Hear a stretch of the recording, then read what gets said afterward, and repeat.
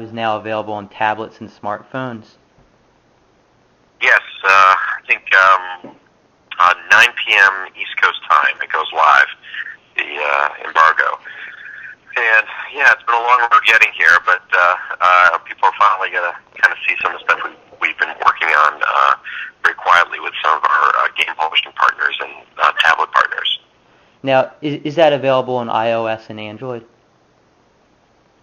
It will be. I mean, the exact release of when things go through the Android marketplace, the App Store and the Kindle marketplace, you just can't predict. You try to go and set it because we can't release the things before the embargo lifts, right? So we have to sort of try to time them for some time after, and whether it's on the hour or 12:01 a.m. on December 8th, or whether it's it takes a few days, or then I don't know. We just can't predict. But we do have the things working, and people are able to try it out, and we're able to obviously work with the publishers to get the stuff done. And it would just be a matter of time till all of it filters through. Now, you said Kindle?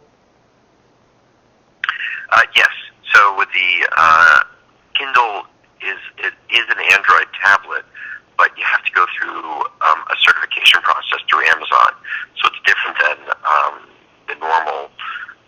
It's not the Android marketplace. It's rather the Amazon Android marketplace. Okay. But it's a certification process like the iPad. Yeah. So are those the two main mobile platforms, iOS and Android? Yes. Okay. And tablets and smartphones. Yes. Now there's 25 current games that are going to be available with touch controls, correct? Yeah, roughly at launch. And because we're getting in right now the final builds, I know that a couple of them maybe a few days late.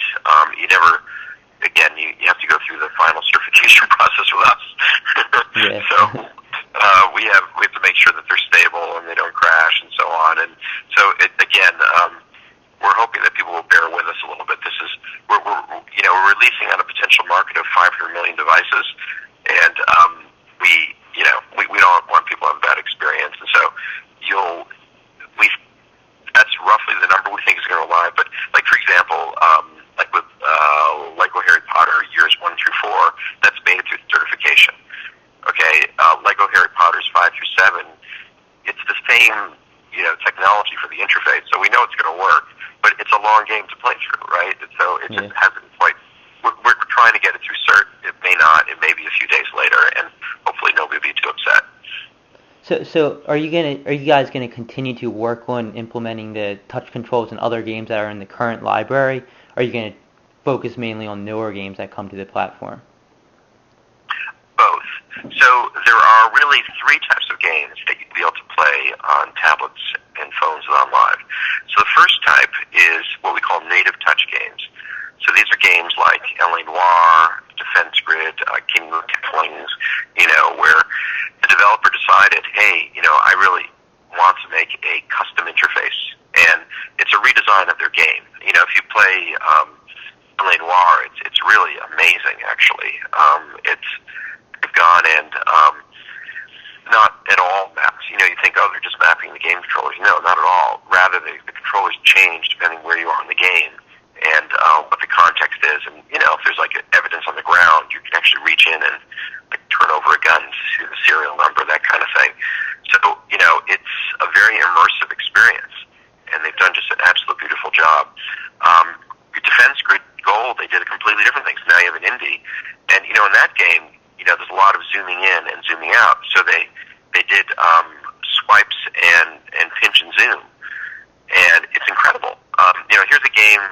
I'm one of those people that has a slightly addictive to Defense Grid. So I actually tried loading it onto my laptop, and it's just a pretty high performance game for the 3D. That's very realistic aliens and towers and everything, and it runs at a very low frame rate on the laptop.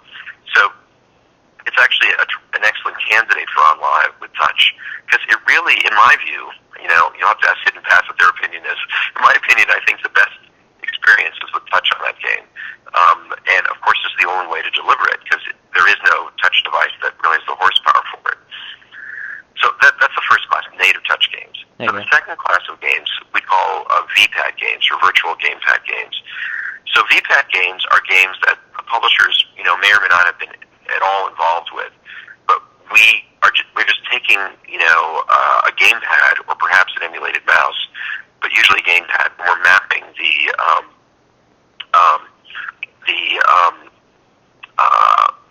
A, B, X, and Y, the joystick, maybe the right bumper. It depends on the game which buttons are needed in the game. And we do it as an overlay on top of the game. So you see it as this translucent overlay on top of the game. Yeah.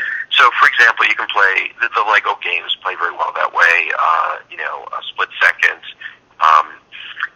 Dirt 3,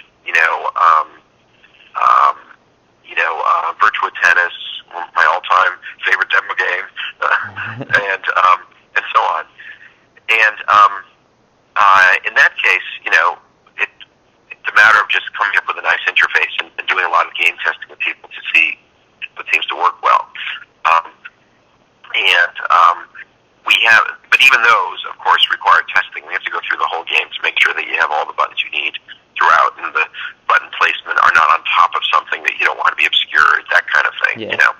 So those are our VPAD games, and so we have probably about 20 of those we're launching with.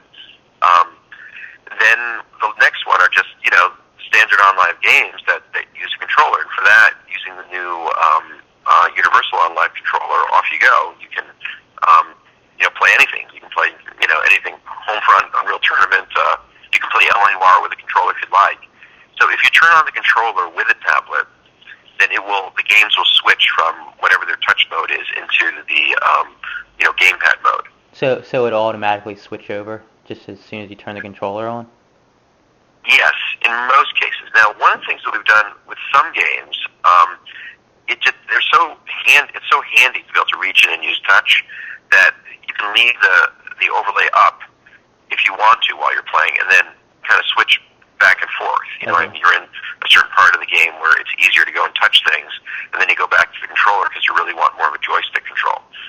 So you also can have both, but the other thing that we're not showing off yet with any of the particular games, but there are developers working on, is games that use the inertial capabilities, the motion capabilities of the tablets, where it senses when you're turning it or moving it.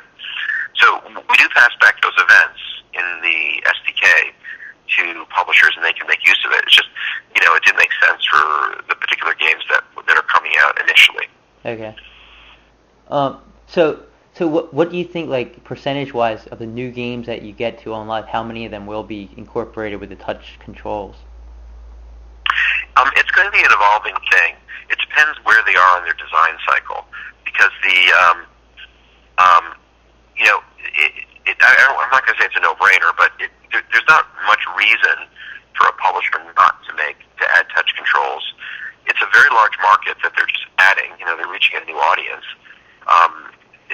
And the effort required to go and add the touch capability to a game is relatively small compared to the development effort in making the game overall.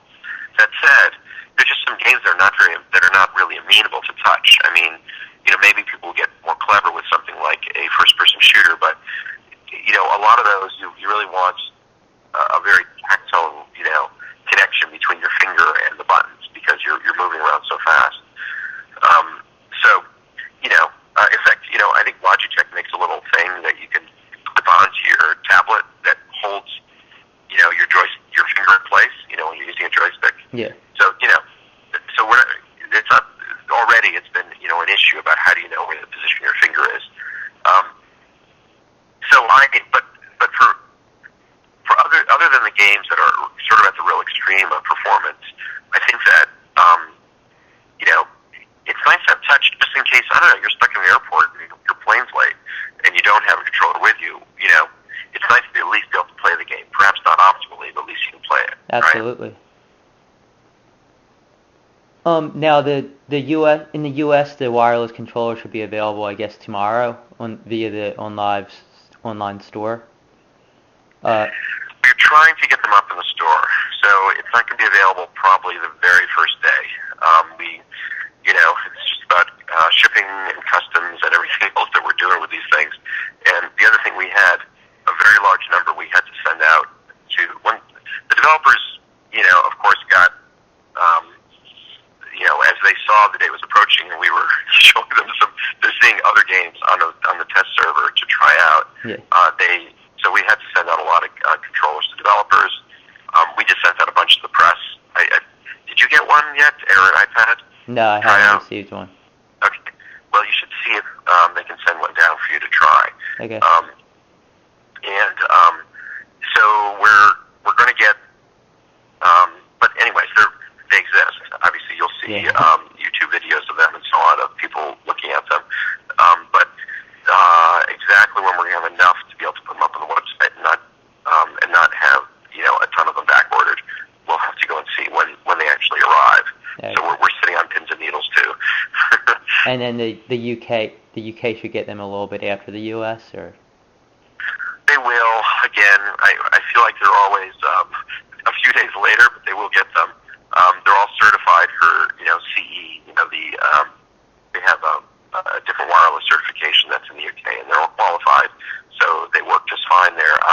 And we have a few units there that our UK staff have been showing to press and reviewers.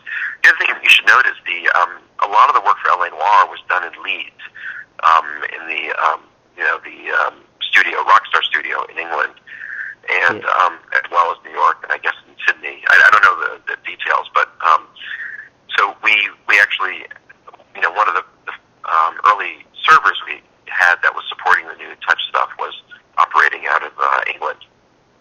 Oh yeah. Early server farms. Now, for the when you go and buy a tablet or a smartphone at a store, are you going to have any partnerships with any of these tablet manufacturers to include OnLive already installed on them? We do already, and that's with the HTC Flyer. It has OnLive built in, and so that one you don't need to go to the Android store in order to. They'll update that themselves. I don't know exactly what their update schedule is, but they do it on a regular basis. Yeah. HTC is an investor in OnLive, and so again, there's a strong interest to go and offer this as one of the new benefits of these devices. How about the HTC Jetstream? Is that going to have OnLive installed too, or? The HTC Jetstream is HTC combined with AT&T. It's one of it. So in that case, it's just the timing and the nature of the device. It didn't end up on the